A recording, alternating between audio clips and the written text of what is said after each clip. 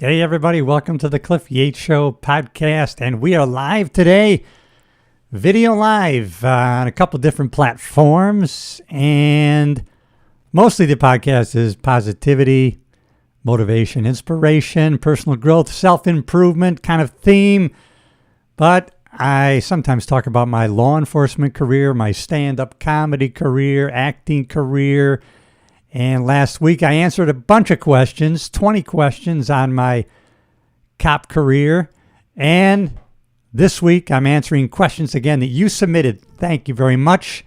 And if you want your question answered, you can email me at cliff@cliffyates.com, or if you go over to the live broadcast, leave a comment, and in the comment section, leave your question. And next week I'll answer the question.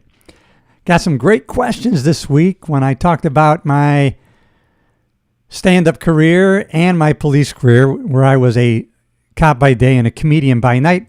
Got all sorts of questions, so I want to answer those questions today. And because, you know what, you deserve an answer.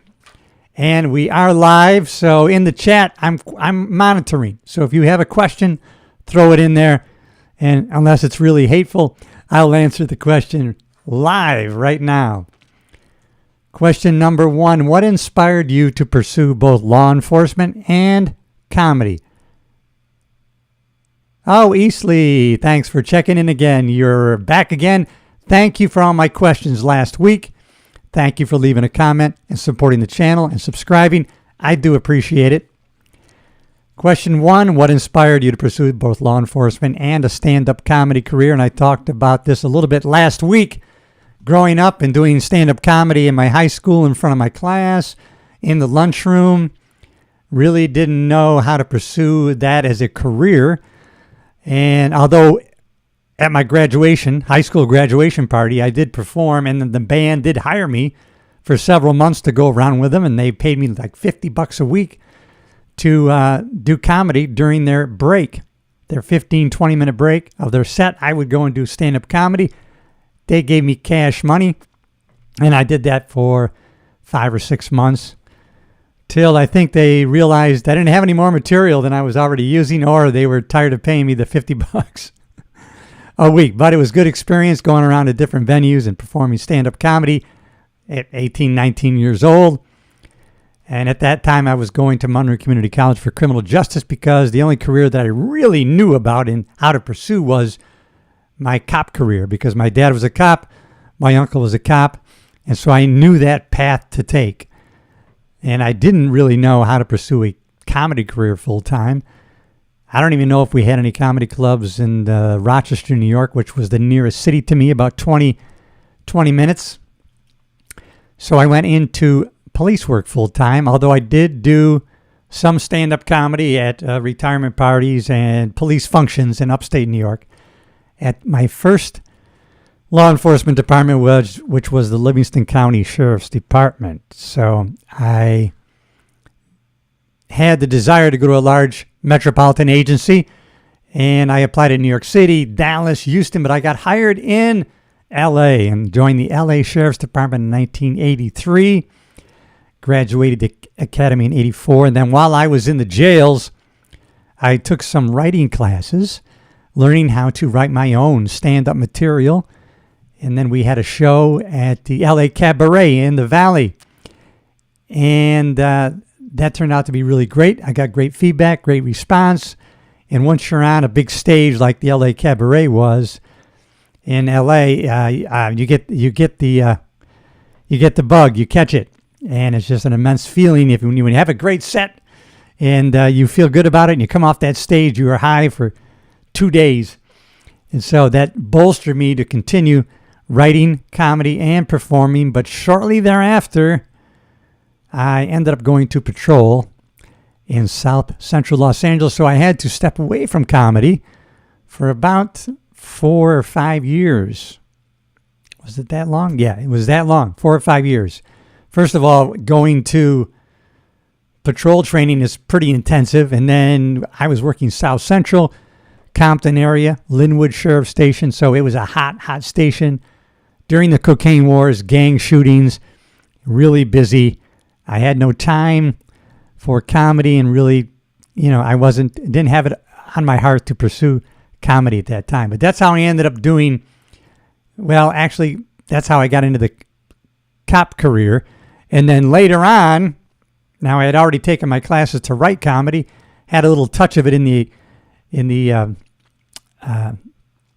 Valley, and then I ended up getting the urge to get back into it. So I took Judy Carter's comedy class, and I learned about writing some more. And then we had a showcase after the class was over, invited people to come, and then people from the sheriff's department came and supported me. And then I learned how to produce my own shows, rent my own venues out, and have my own audience come, my own cops come to see me. And that's how I ended up doing both careers. Now, later in my career, I ended up working a fantastic assignment at the Universal City Walk. So I was around entertainment all the time on my cop job, going to movie premieres and seeing stand-up comics do their big shows at the Universal Amphitheater, really close to the Comedy Store, the Improv, the Laugh Factory. So I could go down there, open mics, and I could go watch the top comedians in the country and headliners and see them ply their craft. I was able to develop some relationships with people. And after I produced my own shows at the Roxy on Sunset in Hollywood, and also the Hollywood Palladium, and then making friendships and developing relationships with some headliners, then I also had Channel 9, who I met on the City Walk when the MTV Awards came to the City Walk. And while they were filming, me and my partner got talking with them, and my partner told them that I did stand-up comedy, and the producer, who was there to film the MTV Awards, said, "Oh, maybe we'll do a showcase on you. Your cop job here, and then also you perform at the Comedy Store, you said, so we'll film you at the Comedy Store." So I said, yeah, that'd be great, never thinking that they would do it. But sure enough, a few weeks later, I got the call from, I think her name was Sonderling, and she said, "Hey, we want to do that showcase on you, KCAL 9. We want to send some producers and some cameras out there to City Walk and film you on the City Walk while you do your job." So I said, "Come on out," and they did. I really didn't get permission from higher than I should have, except my sergeant at the time. But we filmed it. We did it. And then I contacted Mitzi Shore at the Comedy Store, the owner of Pauly Shore's mom, and I said, "Hey, Channel 9's doing a thing on me. Can I can arrange like a showcase in one of the main rooms so they can film me?" No problem. And so then Channel 9 came down and did a segment at the Comedy Store. And so they filmed me working my police job. And I'm going to show some of that video. Not in this episode, but in another episode, I'm going to show that video of Channel 9. It's still on the YouTube. You can look it up. Cliff Yates, Channel 9, KCAL 9. And so that was when Kerry Berglund, the guy who was the voiceover on the TV spot, said, "This is LA's comedy cop, Cliff Yates." So he kind of dubbed me LA's comedy cop. And so from that point on, I became known as LA's comedy cop by day, comedian by night. And that's how I, put myself out there too. When I went around the comedy clubs, I put myself out there as LA's comedy cop, Cliff Yates. But that's how I came to do both law enforcement and comedy. All right. So that's question 1. How about question number 2? All right. Thanks, everybody, for the support always, too. And if you haven't already, please subscribe to the channel, subscribe to the show, follow on all the podcast platforms. We're on Amazon Music, iTunes, Spotify, and, of course, all the video platforms, X and YouTube. So if you haven't already subscribed to the show, it helps to support the show. When you interact, leave some comments and questions. It tells the computer you're interacting with the show, and they'll show it to more people. Question number 2. How do the skills from being a cop help you in your comedy? That's a good question. The skills as a cop. Well, when you go to the academy, number 1, they have you get comfortable with, as they would say in the academy, using your big boy voice, because you're going to have to give commands you're in platoons in the academy, and at some time during the academy, you're going to be called on to give commands to the rest of the class or the rest of your platoon and to give orders to do something, or you're going to be doing some role playing with vehicle stops and ordering people out of their cars and, taking command of an emergent situation that they've created in the academy. And they're going to tell you to use your big boy or big girl voice and take command with your voice. Because you'd be surprised the people that come in with a little, please, class, upon my command, stop, get out of the car. And after a few weeks, those same people, get out of the car now before I blow your head off. Everybody here, stop what you're doing. Put your hands in the air. And they get that command voice. And through repetition and training, they learn to project their voice and to have a command presence, not only physically, but with their mental mind and their physical voice. They learn to take command of a situation. And so that helps me in my comedy career. When I get on that stage with authority, grab that mic. Hello, everybody. I'm comedy cop Cliff Yates. People can hear you. You're not showing a lack of confidence. You've taken control. This is your show, and now you're going to be funny right now. Grab them by the throat, and they are going to pay attention just based on the fact that you took that stage with authority, self-confidence, and you project a voice of confidence. So those skills, having a commanding presence physically and mentally and with a commanding voice, that translates perfectly to stand-up comedy, because that's really what you need. There's nothing that's more... It's really hard to watch when a comedian comes on the stage and they're very scared, because you can sense it. They're not familiar with the mic. They can't get it off the stand. You know what? They're not even using the mic properly. You can't hear what they're saying. They have no mic etiquette so that they know where the mic is in relation to their voice. If they yell or raise their voice, they don't know to move away from the mic, so they're not eating the mic.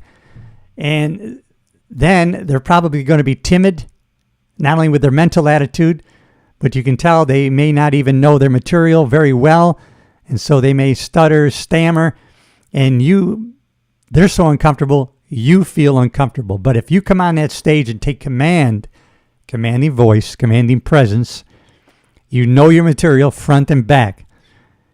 Now, even if you don't get a laugh, even if you die, even if you start bombing, people can even bomb and they can make a joke out of bombing and people will laugh.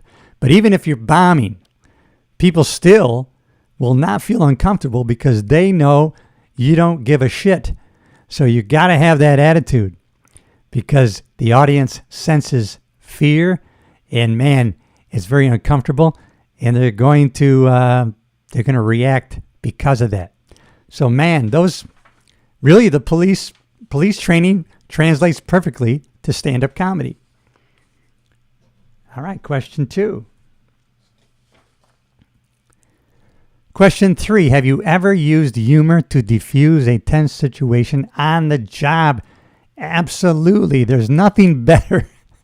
Whenever you can, if you can throw humor in a situation, even as somebody you're arresting, if you can make them laugh, I mean, that's crazy good. And you'd be surprised. People will laugh even when they're being arrested if you're funny. When I did Channel 9 had me on the news show to promote a show I was doing at a theater. And so just off the top of my head, I was saying, well, I practice my routine on the job. When I arrest somebody, they're in the back. I try out my jokes on them. And then if they laugh, I know it's good. Now, I don't expect applause. I mean, they're handcuffed.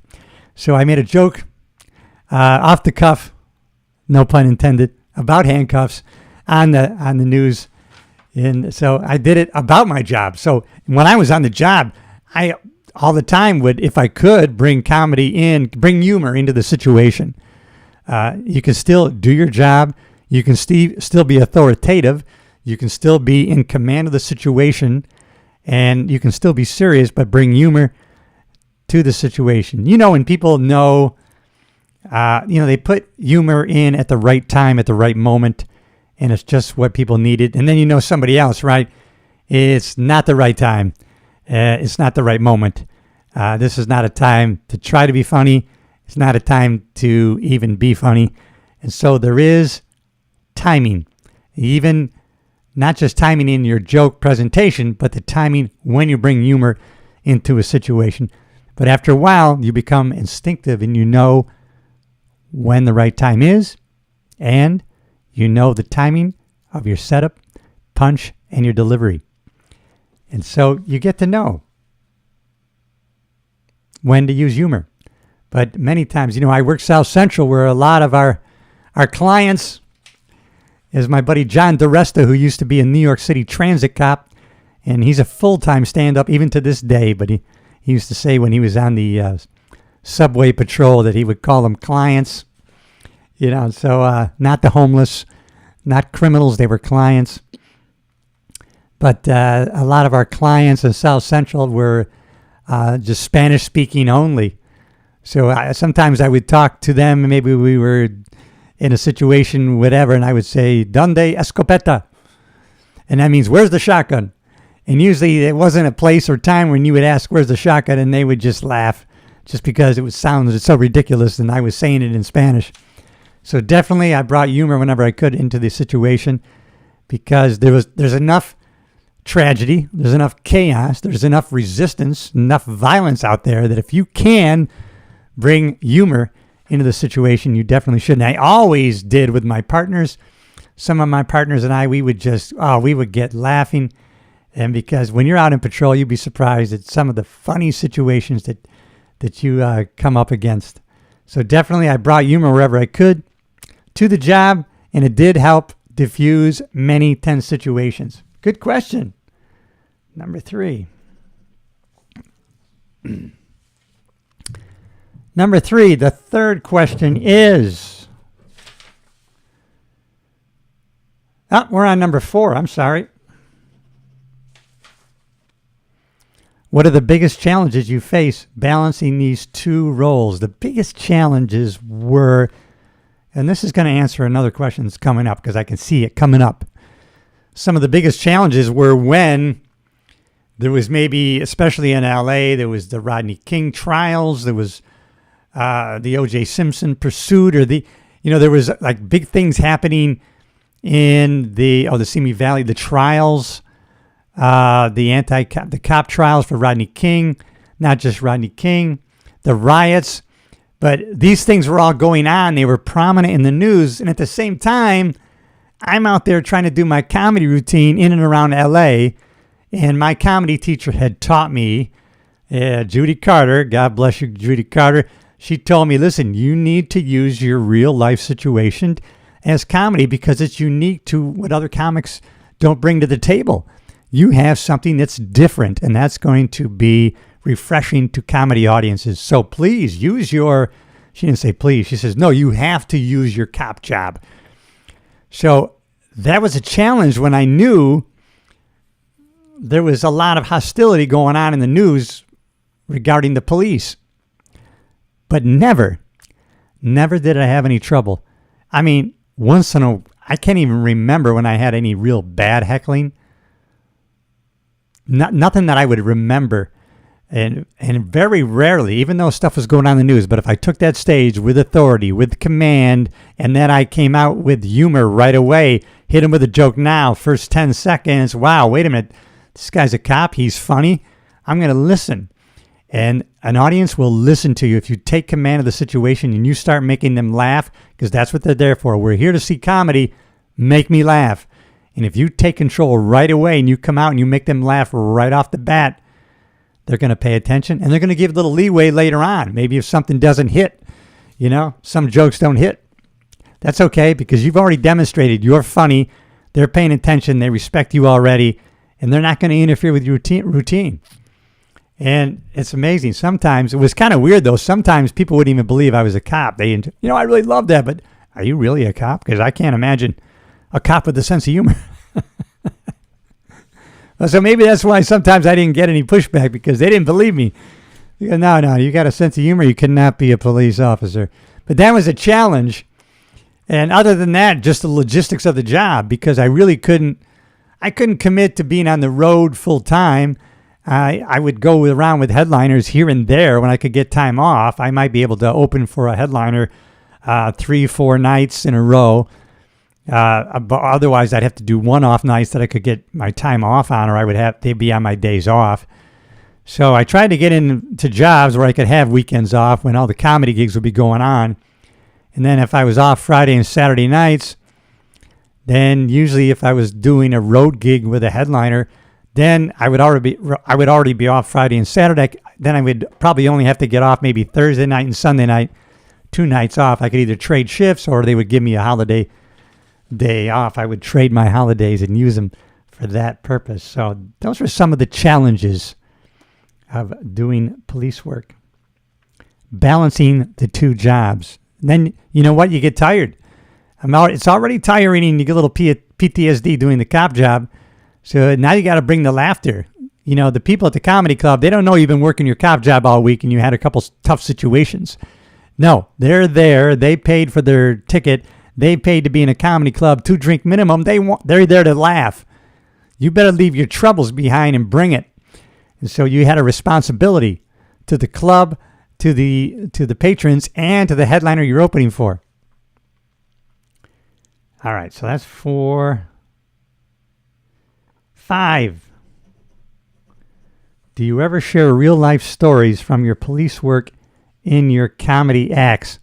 Absolutely. There would always be some kind of thing that I could relate. You know, sometimes I would just, kind of do a twist on things that actually happened to me, you know, or I might just, use police. You ever get stopped at the cops and, it looks like they're constipated? They come with that constipated face. Last time a cop stopped me like that, I told him, listen, you go to the bathroom and let me go. We'll both feel better. You kind of put those things out there. But yeah, sometimes I'm trying to think of a real life story that I would, I did comedy like, sometimes I confuse my jobs, right? I'm a cop by day, comedian at night. The other night, I was working nighttime and my cop job, pulled the car over and I leaned into the car right in front of my own spotlight. And then I got confused. And I started working the people in the car like they were a crowd at the comedy club. So how you folks doing tonight? Are you from out of town? Things like that. So yeah, if something happened during that week, you would bring it to the attention, without using names or real life situations. Or you might comment on something in the news that you have an insight to, especially if you were around L.A., and I was an L.A. Deputy Sheriff, so I would have maybe some insight as to what really went on and maybe some of the comedy situation that arose out of that news item that everybody was aware of. All right, number 6. How do your colleagues in law enforcement react to your stand-up career? How do my colleagues, that's an interesting way of putting that question. How do my colleagues, so my partners, people in the department, well, listen, man, they were so supportive. Listen, cops, believe it or not, have the greatest sense of humor. They love to go see comedy shows, and they love it. They like dirty shows. They really like dirty shows, these cops, because they're used to dark humor, black humor. And so they love comedy, though. Cops love comedy. So when I was doing comedy, they loved to come and see me. And that's why, and I said this in an earlier podcast, that, when I was going around and doing open mics, when you do an open mic at a club, you got to sign up ahead of time, and then they agree to give you 3 to 5 minutes, and then sometimes it's called a bringer show. In other words, we're going to give you stage time, but, you got to bring 3 to 5 people, right? And then they got 20 comics,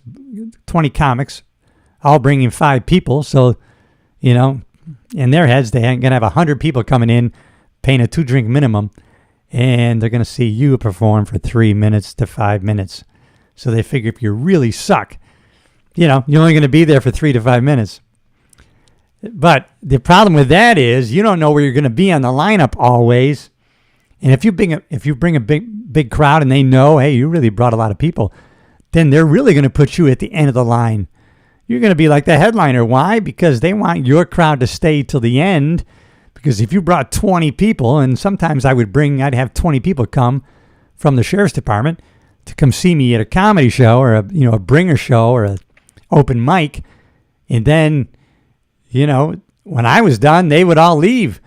And so, comedy clubs know if you brought a big crowd with you, they want that crowd to stay till the end, buy more drinks. They're going to put you at the end. And you know what? But sometimes they would give you more time. So you might get more stage time just because you brought so many people. So that would be the benefit. But the colleagues, always supportive. When I started, so then what I had to do to protect my audience, because, cops, a lot of times they have to get babysitters, arrange a schedule to be out at night on a weekend. They don't have weekends off. And so I started renting theaters out and venues out so that I controlled the show. So I know when my cops came, they were going to see a great show. I hired a great MC. They paid tickets. They paid their money. They were actually paying me to see me. So I was able to take the ticket money, and then I would rent the venue, pay the MC, pay the headliner, or if I was headlining, I would pay the opener. But initially, I was the opening act. As an opening act, you do 20 to 25 minutes. Now, when I got more time and I could headline the show, then I could pay it backwards and help somebody coming up and pay them a good check for opening for me. So that's how it would go. But my colleagues, always supportive. When are you going to do another show? I want to see another show. So always supportive, and it's crazy, man. I had people, they would drive out to Vegas when I was playing some Vegas venues. They would drive out to Vegas to see me all the way from LA. So, man, my colleagues always supportive. That's why I always did everything I could to make sure I made sure I only invited them to great shows. If I was just doing an open mic or the venue kind of sucked, I was on the comedians on the show were not that great, then I wouldn't invite my people to come to that show. But if it was a really great show with the main headliner, maybe a well-known person, then I would invite my people to come. Protect your audience at all times. Colleagues always supported. Oh, what is the most rewarding part of being a police officer? Now, this is kind of tough now with the anti-police rhetoric that's been out there for so many years. Defund the police and all the propaganda that the cops are, they're racist and it's systemic racism. All cops are out there hunting down minorities, but most people know that's all BS. And when you're out on the street, believe it or not, especially when you're in a high crime area where people are dealing with the police on a pretty regular basis, if you're in if there's not that much, you may never see or talk to a police officer in your whole life if you're not in a high crime area. But if you're in a high crime area like South Central, you may talk to cops quite often. And so our interaction with the public in South Central LA during the cocaine wars and the gang shootings was quite a lot. And there was quite a lot of support from the minority community to the police, and you would hear it. And they would tell you. Sometimes they couldn't tell you in front of the house so other people would see them supporting you, but if you were in their backyard, they would say, "Hey, deputy, we love what you're doing. Thank you so much for your service." And, you would get that a lot. After 9/11, always support. I talked about this in another episode. After 9/11, I'm on the city walk. People always wanted their picture taken with us, always wanted to thank us for our service, always supporting us. So, yeah, that's very rewarding. If you can, arrest a criminal and return property to people, that is very rewarding. If someone has been the victim of a robbery, an assault, a shooting, and you're able to bring that person to justice and send them to prison, it's very rewarding. Anytime you're really helping somebody, it's very rewarding.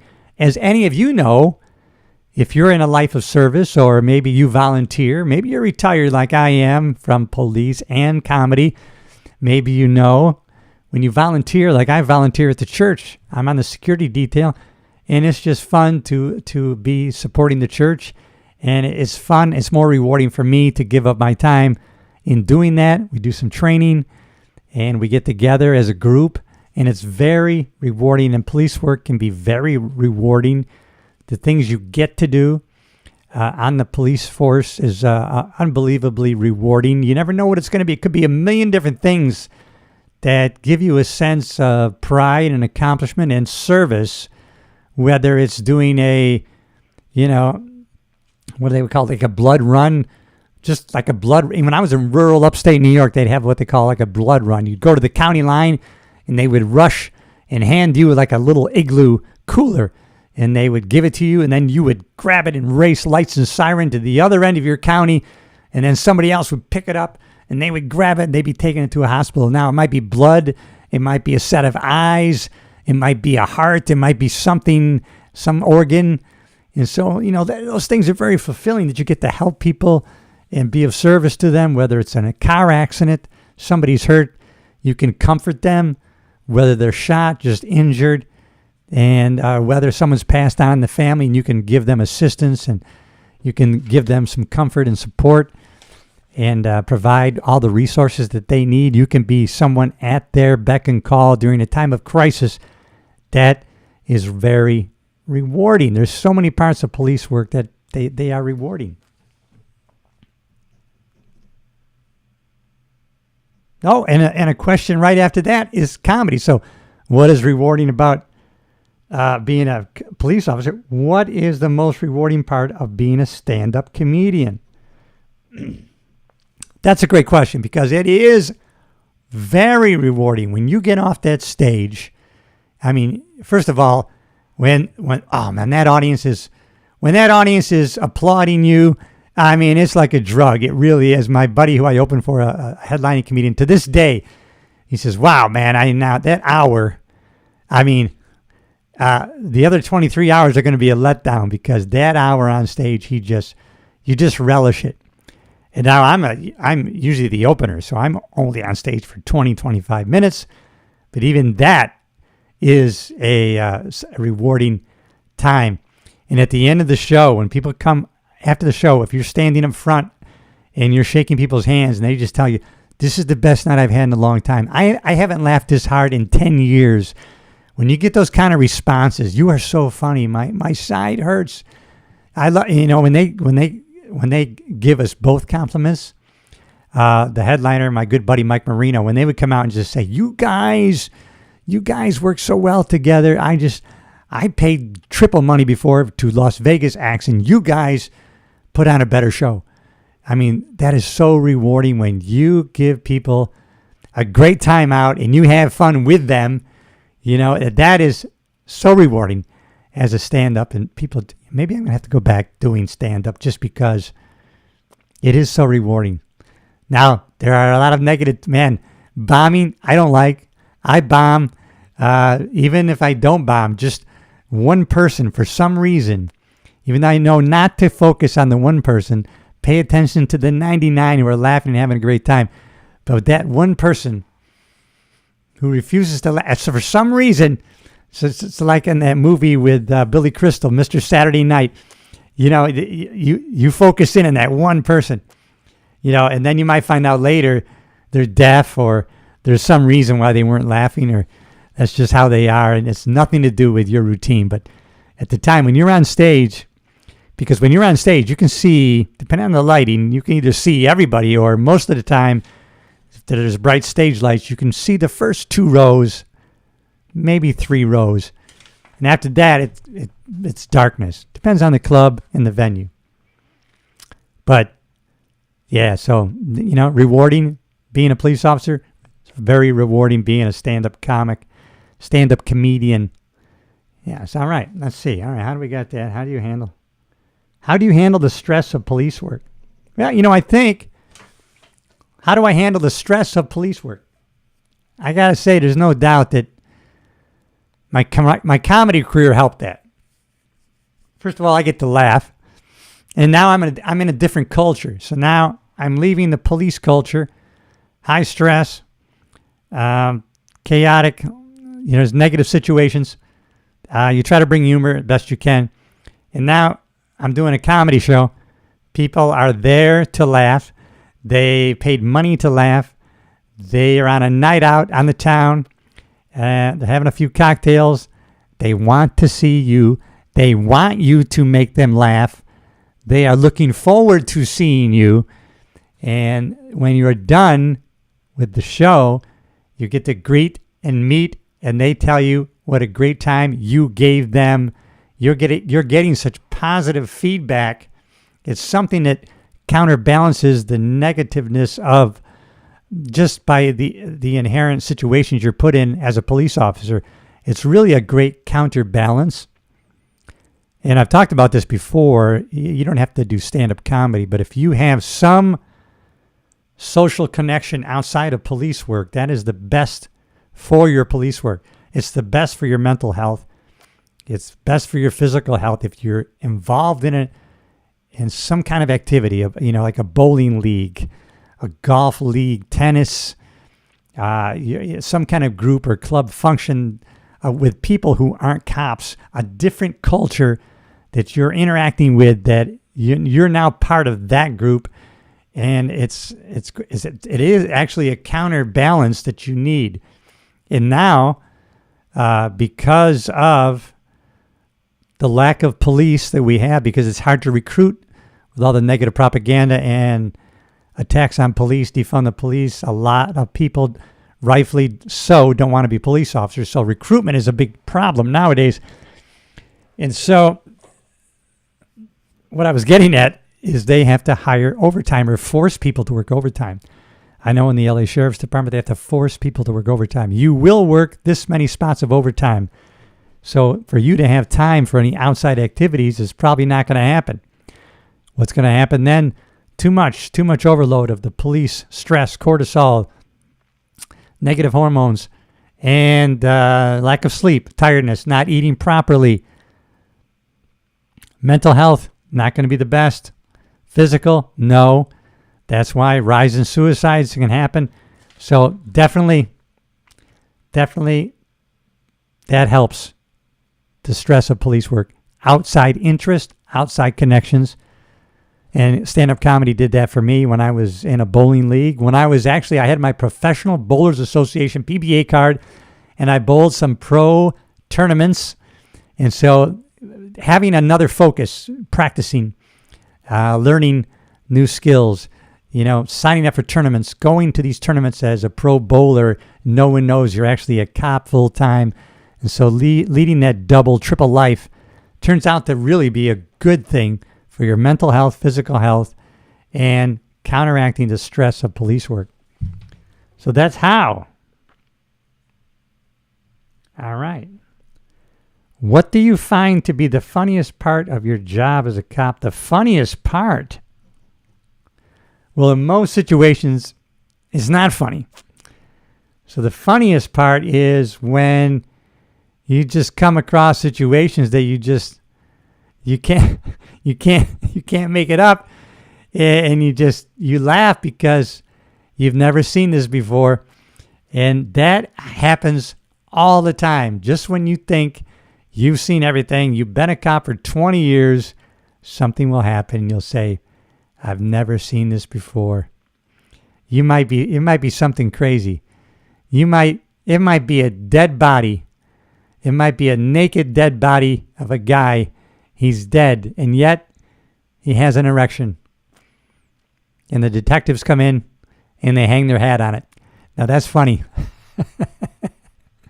So you can't make it up because so I guess the funniest about police work is you're put in situations you've never seen before, and so it can give fodder to really dark humor because it's a new situation and new reactions. And sometimes you or your partner react in a strange way just because it's something you've never come across before. So yeah, that could be the funniest part of the job. All right, we're on number 11, everybody. Have you ever been recognized at a comedy show by someone you've encountered on the job? Yes. And this happens, of course, you never know. Now, when you work for the LA County Sheriff's Department, you usually work, well, it could be as little as one, but mostly 3 to 10 years in the jail system. Now, if you want to get out, you're probably going to be able to get out in 2 to 4 years. At least when I was, it varies depending on, whether they're forcing people to go out to patrol or whether people have a choice. Sometimes they change policy, and then it changes the amount of time that you're in the jails. But when you're in the jails, and I worked, almost 98% of my time in the jail was at a minimum security, and thousands of people came through my minimum security jail system. So that's why when you're out in the streets, you may not recognize them, but they recognize you. And usually somebody who has been in jail and they recognize you. That's why you got to be a little bit careful. But usually I had more than 3, I don't know how many altogether, more than 3 times people came up to me. You don't remember me, but I had a DWI and I was at Wayside. That was one of our minimum security jails in northern LA, Wayside Honor Rancho. And so people could actually work in the fields or work in the wood shop, or they weren't locked in cells, and they were doing a minimum amount of time, usually 6 months or less, and it was a low grade crime, nonviolent. So they weren't in a hard cell. But several times when I was doing comedy, you don't remember me, but I was in jail, and you used to do this and you used to do that, and because they watch every move that the deputy sheriffs do inside the jail. I don't remember anybody that I had met or had contact with in patrol after a comedy show. No, but people in the jail, that did happen to me with. All right, where are we on? We're on number 12.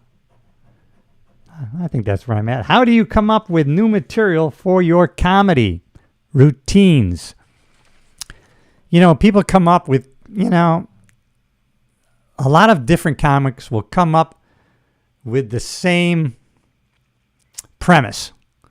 And so sometimes you'll see comedians do, you'll see comedians do things on the same premise. And you'll think, that guy copied Sebastian. No, that guy copied Andrew Dice Clay. He does the thing. But really, there's a lot of premises that several comics will use just because it's something that everybody sees and has contact with, so that premise can become popular, or everybody will use it, like self-checkout. You'll see my buddy Mike Marino does, he can do 25 minutes on self-checkout. He saw a doctor at the Walmart. How do you start being a doctor at the Walmart? How'd you start? You started in aisle 2, and then you made it. Now you're a doctor. He did a whole thing. But I've seen other people do routines on self-checkout, but it's totally different. So it really isn't stolen. It's the same premise, but the jokes are different. For me, whenever I did police work type comedy and I would write routines on that, then that would never really coincide with anybody else. So it would be unique to me only, which was kind of refreshing. And I wouldn't have to worry about, if I'm getting ready to go do a show, you have to listen to every comedian beforehand, because if the comedian beforehand, you get 20 minutes on self-checkout, and now the guy before you or the gal before you, you're watching and she's doing 15 minutes on self-checkout. You gotta shit can your routine on self-checkout. You just can't go in there and, on rare occasion could you, unless it's something really different, you might be able to do a couple jokes on that, but not really, because they've kind of wrung that out. So you got to come up with your own deal on that, or just don't touch that, because it's not going to happen when you start coming out. Hey, self-checkout. So, we just heard self-checkout, dude. So, yeah, very rarely can that work. So, but I'm lucky enough, I watch, but usually not everything of mine is comedy cop related. Some of it's a premise that, I'll do like, tattoos are great now, but what about when you get older? Your skin wrinkles and sags, and then that tattoo you got at 20 has become something else. My mom got a tattoo at 25, a bouquet of roses. Now she's 80 and it's potpourri. So that's the kind of thing. So, but I would write, based on my cop job, I would take a premise, like, man, as a cop, what do people always do when they get pulled over? So you go from that point of view. This is how you write a joke or jokes. You try to write one, and then now that you're in that premise, try to get 7 or 8 on that premise. And you should be able to stretch that out. Get 7 or 8, and eventually you might find out you only got 5 killer, got to throw 2 or 3 out. And then other people are going to watch your routine. They're going to give you a tagline. You know what? For that routine on excuses, try this. And then they'll give you a tagline for that group of jokes. It might not be a joke itself, but it's a tagline, boom, that you put on the end of a joke. You might want to change this word. Comedians will help you with routines because they're not going to steal your routine, but they can help you. They see hey, this would really work with that. And you might have never considered it. So, when people get pulled over, what do? They come up with excuses. So, I would start with that premise. Oh, I hate the excuses I get. When I pull people over, all sorts of excuses. Like I get the excuse, I have to go to the bathroom. Well, how am I going to verify that? What am I going to do? Conduct a field pee-pee test? Sir, let me see how bad you got to go. Get out of the car. Now, pee-pee dance across that white line. And then you act that out. You pee-pee dance across the white line. Well, it looks like you really got to go, or you're a rapper. You do a joke based on the joke, and you try to tagline it, but you got that premise. I hate the excuses I get. So, and then you can go on, and you can come up with more stupid excuses and make a comedy joke out of it. Now, the premise people already have in their mind, excuses. People tell him these excuses, and then he reacts this way. That's the joke. Boom, boom, boom. You probably could do 7 or 8 in that row on that same premise. But that's how you write jokes, and you try them out, see how they go. And then if they go dead, you might try them again, maybe a third time, and then if it's still dead, maybe you changed a word and still dead, throw it out. Forget it. Move on. All right, let's go to number 13. What advice would you give to someone interested in a career in law enforcement? You know what here's the advice I would give. Now, I loved working. Upstate New York was a small sheriff's department in the rural area. I liked working in a rural area for a while. It was okay. It's different. And so, but I just couldn't wait to go to a large metropolitan police force, got to the LA Sheriff's Department. We had numerous officers leave the department, some because they didn't want to work the jail anymore, couldn't wait to go to patrol. And I was getting there myself. And so they wanted to go to a police department. So they would go to a small department where they would go right to patrol. So they would actually transfer from the sheriff's department. So they would be taken out of the jail. They would go to a small PD and they would go right to patrol. Now, here's the advice I heard people give to these officers, and time again, numerous times, let me say double-digit times, I saw, and usually they really frown on taking people back that left. But you could make it happen. If you went high enough up to the big people in charge, you could get it approved. So I saw it approved double-digit times. They came back to the sheriff's department. Now, the main thing, and they had been warned, this is the main warning that I always heard, is you're going to go to a small department, and then you're going to come up, someone's not going to like you, or they're going to take a dislike to you. You're just not going to get along. They're not going to gel. Maybe a bad supervisor. And then you can't escape them. You're going to have to work with them the rest of your life. Now, in the LA Sheriff's Department, we had over 20 patrol stations. We had over 400 different jobs.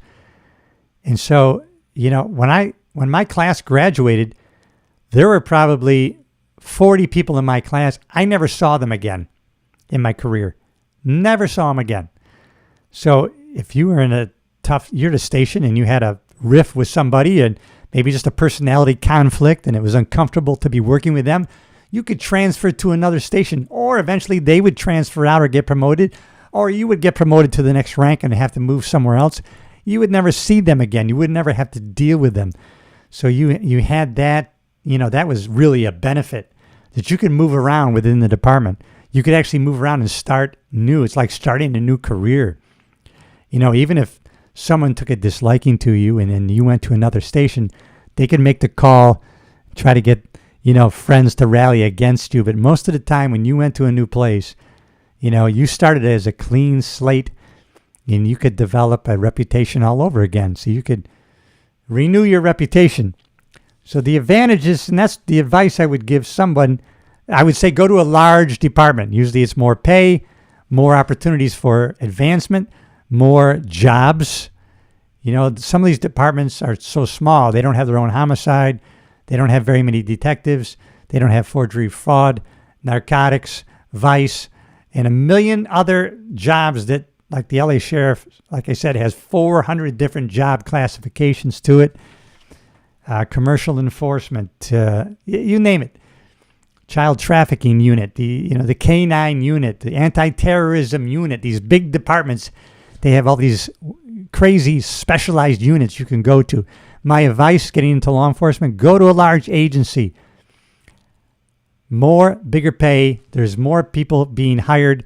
There's more turnover. When the LA Sheriff's Department promotes people to sergeant, they may promote 600-700 people to sergeant. Now you're in a smaller department, depending on the size. Hey, we're promoting 2 people to sergeant. And well, now we probably won't have another promotion for 7 years. And that's true. And so you got to keep that in mind, whether you're going to go to a small department or a large department. There's going to be pros and cons to both. My advice would be to look into those pros and cons of a large department versus a small department. What advice? Interesting. Oh, how about 14? Oh, these questions come together. What advice would you give to someone interested in a career? Oh, what advice would you give an aspiring comedian? Listen, you can start your comedy career right now. It's so easy to do. And unless you're way out there in the rural area, like I was in upstate New York, you can find a city and or comedy club near you, and they almost always have an open mic night, right, where you can get up in front of that crowd, and without even auditioning, usually, they're going to give you 3 minutes. Now, they may make you bring 2 or 3 people, a bringer show, they call it, but not always. Sometimes you can just sign up. You get 3 minutes, and then, do it. See if you like it. See what kind of reaction you got. See if you want to go back again and see what worked and didn't. Take your notes. Come back. Okay, I was able to do 12 jokes and 1 killed. Hey, now you're going to come back the next time with 11 more. And now at the end, you can throw in that 1 killer. So you leave the audience wanting more. Or maybe you start out with that 1 killer. Or you take that killer and you try to bridge off it. Can I tagline that killer that always works and make that into 2, 3? Is there a premise that I can break off that killer? Go back again. And now you make it to the point where you can become a regular at the club, or you can stand by for somebody who doesn't show up. Hey, we need somebody to do 20 minutes. You're hanging out at the club every week. You're going to get your opportunity to perform. And so that's the advice. That's what you got to do as an aspiring comedian, is hook on to people that are already in the business. Go to open mics nights. Get a group to go together. Support each other. Sometimes it's just going to be you and your fellow comedians supporting each other, but have fun doing it. Try to make each other laugh, even though there's only one person that's sitting out there. Maybe you're doing open mic night and there's nobody. When you guys and gals start, maybe they don't come in till later at night when they know the regulars are on, so the open micers are starting early. Maybe there's no audience, but there's you. Get used to being on that stage, grabbing that mic, taking control. Get used to working, no crowd. Play to your fellow comics. And just keep going up, keep going up. Keep doing it, even though no one's in the audience. That's the best time to bomb, when there's nobody there. And then when people are there, at least you're going to know your routine down pat. Now, the downside is you don't have a good audience there to check out material. So you really don't know if it works or it doesn't. And when you have a small crowd of 5 to 6 people and something's not working, it's not really a good test of that material. But that's how you start open mic nights. And if there's no open mic nights in your area, start one. Get a microphone stand, get to the back of a restaurant, ask them if you can put a show on a slow night at a bar, sports bar. Hey, you got a little riser there. Can I do a comedy show there on when do you have nobody in this place? Let me do a comedy show and let me bring people in. Maybe then you'll make a deal. If you start bringing people in, you can market it yourself. Maybe then you can start charging, and then you can share the door money with the owner of the sports bar or club. But initially, you do it for free. Get yourself a mic stand, maybe a little speaker. And if they don't have a light, maybe a little spotlight. And then you start promoting your own show. That's fun. That's fun to do. And that's when you're really going to get good. And believe me, when you start doing that, comics are going to come up. Aspiring comics are going to want to be in your show. You're going to have to decide who's going to be in the show and not be in the show. And you'll get good comics that are in the area and they just want to come up and do some time. And you're going to be the producer of the show. So you can start a show anytime, anywhere. Specifically, you pick an off night in a restaurant or bar and you say, hey, let me try to bring some people in to buy drinks so that you can get the money. Yeah, we'll do that. Boy, if you bring a crowd in and they're usually their slow night, man, they're going to want you there all the time. And eventually, you got some leverage. They'll start promoting your show. Maybe they have a mailing list for the bar or restaurant. All right, I think I'm on number 15. How does your family feel about your dual career? Oh, my family loves it. Matter of fact, I haven't been doing any stand-up comedy because I've been podcasting since the pandemic. So for the last 5 years, I haven't done any stand-up. My wife's always telling me, you should do stand-up again. You're funny. You should do stand-up. I got a headlining friend. I want to have you open for me, but you haven't been going up. You need to get up again. And you got some material. If you're not going to use it, give it to me. Give me that tattoo thing. I like that one where I'm just trying to read you with the tattoos on the back. And so the family loves it because what I ended up doing was when you get so you can promote your own shows in my hometown, they usually do a charity golf tournament for 2 of my fellow classmates who died early. And I thought, hey, wait a minute. There's an empty venue there. I can do a comedy show there.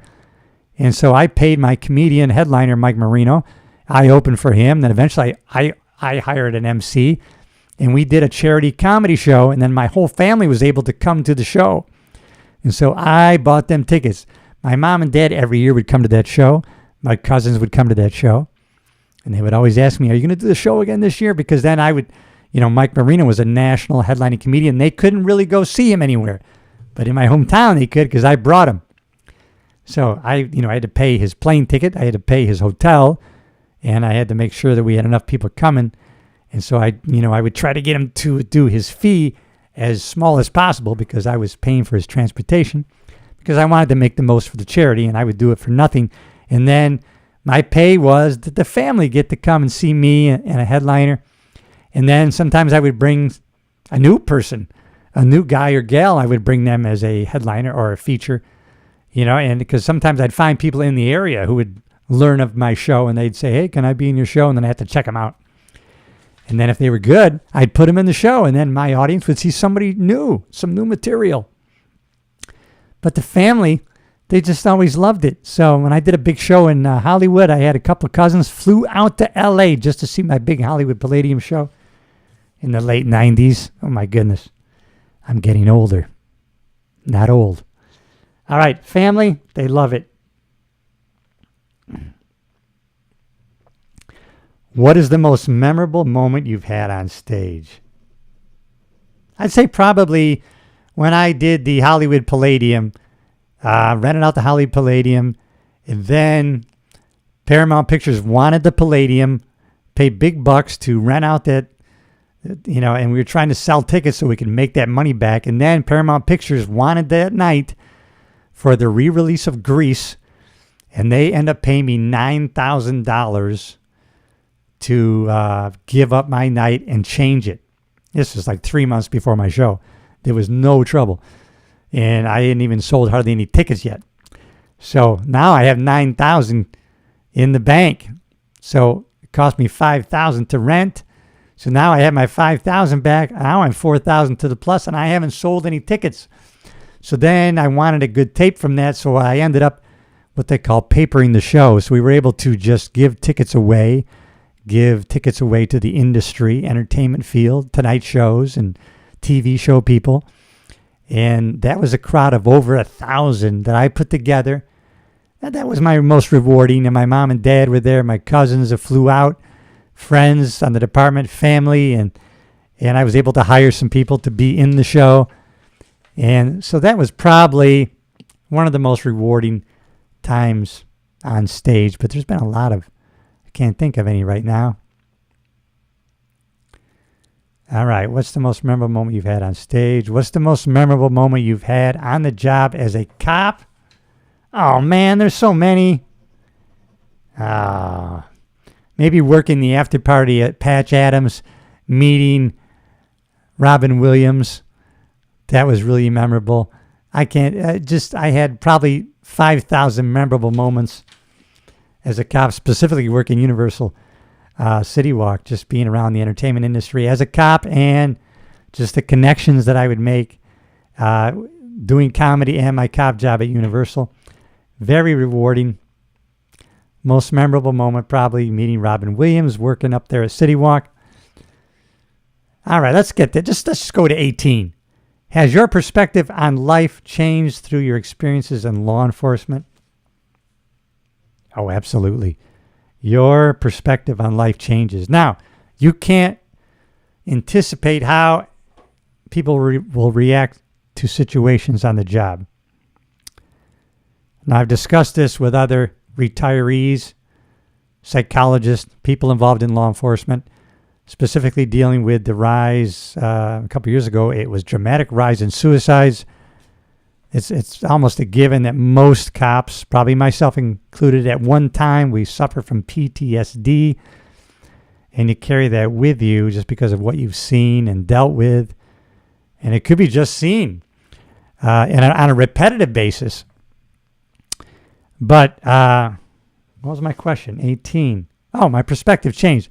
Now, my perspective is, because I had several people that I worked with side by side in the police car, my partners.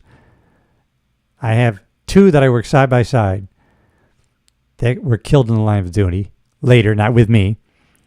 And 4 to 5 others that I was pretty close to that were killed in the line of duty in Los Angeles. And going to those funerals, man, that was PTSD right there. After a while, I actually stopped going, ashamed to say, because that's not really the right thing to not do. But it was just like so emotional for me to do that. But my perspective, why I latch on to life so much right now and appreciate every moment. So now at this age, 67, right, I have too many people died on the job that I knew, died after retiring from the job that I knew. Not the job, but just people. High school, they're dead and gone. I'm here.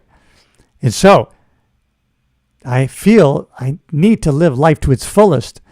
And so you can either take, a situation and be devastated by it, or you can use it as an example to honor them and go forward and live life to its fullest. You're still on the field.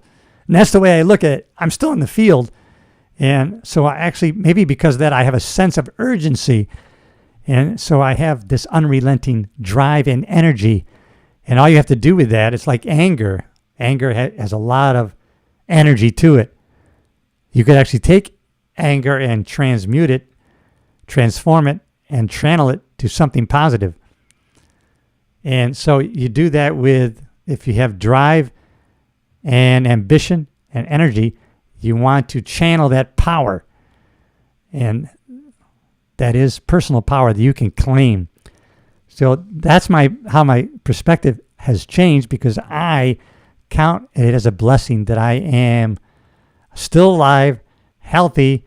I'm focusing on longevity And I know how important mental health is to my physical health and to longevity in general. I'm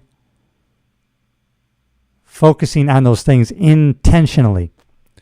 So that's my perspective. Great question. Oh man, we are down to question 19, everybody. 19.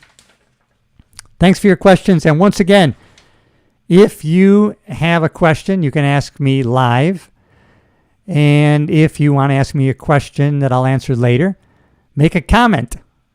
Comment on the video, and I will answer that question. I'll answer your question. If you have a question for the Comedy Cop, so if you haven't already subscribed to the show, follow the show. Hey, I need your support. We have a culture of progress going here, a culture of prosperity. So join the positive team, everybody. You can do it. Where was I? I said 19. Okay. Do you plan to continue both careers in the long term, or do you see yourself focusing on one? Well, I retired from law enforcement in 2013, so not a cop anymore. I'm not going to continue in that. I'm not going to pursue any more law enforcement careers.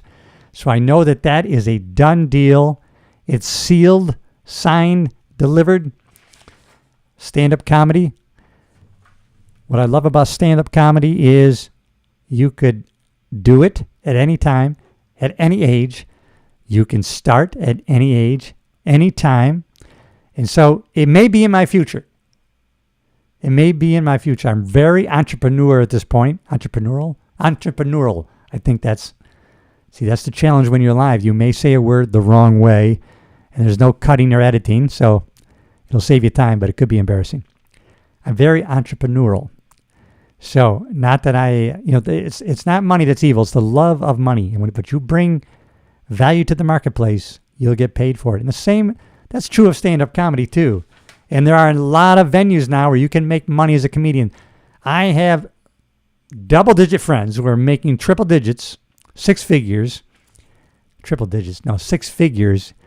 doing cruise ships, and say they pay very well. They love doing it. They love the comedy clubs. They don't have the pressure anymore. When you're a stand-up comedian, you either have the pressure to have a large social media following for the comedy clubs to hire you, and or they expect you to market the show and make sure you bring the audience in. But as my friend who works the cruise ships goes, they don't expect you to bring the audience. The audience is already there. All you have to do is your comedy routine, your comedy show, do your job as a comedian, and you're done. But on the comedy circuit, they expect you to be not only the comedian, but the producer, promoter, and the marketer. So, the career changes, but it's a very positive thing right now, and there are a lot of opportunities. So yes, once a comedian, always a comedian. Russell Brand, I don't think he does much stand-up anymore, but it says on his social media, he's a comedian. So I could put that on mine. All right, that was 19. So now you know the answer to that. Question number 20, the last question of the day, everybody. If you haven't already, please subscribe to the show. This is a command. This is an order. There is no choice in the matter. You know what to do. Smash the button. Bam! Hit that bell. Boom! So that you're notified when the next live comes out and the next video comes out. Because you know I'm going to be answering your question, and I will use your name if you want me to. Number 20. How have both careers shaped your view of human nature and society? Wow, that's a good question. How has both careers shaped your view of human nature and society? Well, a lot of positive, even with the rhetoric and the negative mainstream media, propaganda against policing and police work, law enforcement, the attack on law enforcement. Still so many people to support cops, support law enforcement. And even good cops don't want bad cops. And we want them taken off the streets, taken off the departments, prosecuted. We don't want them because they are killing the public trust. And I can't, as a good cop, you can't do good work without the public trust. You can't do it on your own. You need cooperation. from our brothers and sisters in humanity. And so, but my perspective is there was a lot of positiveness that I had contact with people on the job, but also in comedy, you realize, people are good people, really. And so you get a lot of positive feedback. Now, in police work and in stand-up comedy, just like I talked about the person in the audience with the crossed arms, sourpuss face, 999 other people are laughing their asses off. Bellies are sore. Tears. One guy, and we're focused on that one guy. That one guy catches our eye. Why? So even though those 1 in 1,000 happen, we get the hecklers. They're drunk. They disrupt the whole show. Predominantly, people have paid money to see a good show. They want you to succeed. As a comedian, as an audience member, they want you to kill that night. They want you to break them up. They want to laugh their ass off. They pay good money. I pay money. You better make me laugh. People want you to be successful. And in the police career, people want you to be successful. Predominantly, people want you to do well. You are working side by side with some of the most dedicated men and women who have signed on the dotted line. I don't want to, but if I need to, I will give up my life for someone I don't even know in a given situation. And so our heroes, brothers and sisters, that's a perspective that I take to this day. And after retiring, I was pretty much focused on my motivation, inspiration, stand-up comedy, not into law enforcement. But now I've kind of embraced, as you see with the blue line flag and my gun and badges, and I'm taking comedy cop questions that I'm still now embracing the police career. If retired law enforcement doesn't support law enforcement, how can we expect the general public to support law enforcement if we ourselves don't stand up in support of the police career and we shout down bad policing, corrupt cops, but we have to put on a pedestal our brothers and sisters who are heroes in this profession, and that we can highlight them. We have the opportunity now, not just the mainstream media, but us as the new media. We can shine a spotlight on those heroes, brothers and sisters. And so my perspective, not only with comedy, but in police work, has shaped my view of human nature. That's why I can go out with a smile, and I want to be of service to other people. And so service, when you're a police officer, you go in service. You're in service of others. You're in a servant leadership position. When you're in stand-up comedy, you're in a service spot. You're servicing that audience. You have an obligation to make them laugh. And so you're serving. Both careers are a life of service. And in both careers, I've had such great relationships that have developed out of both careers. Police work, stand-up comedy. And so there are people in both careers. The workers and just the people associated who I love. And because now you're a part of this team, because you're going to subscribe. Thank you very much. I love you too. And I'll see you in the next episode. All right, everybody. That's it for today.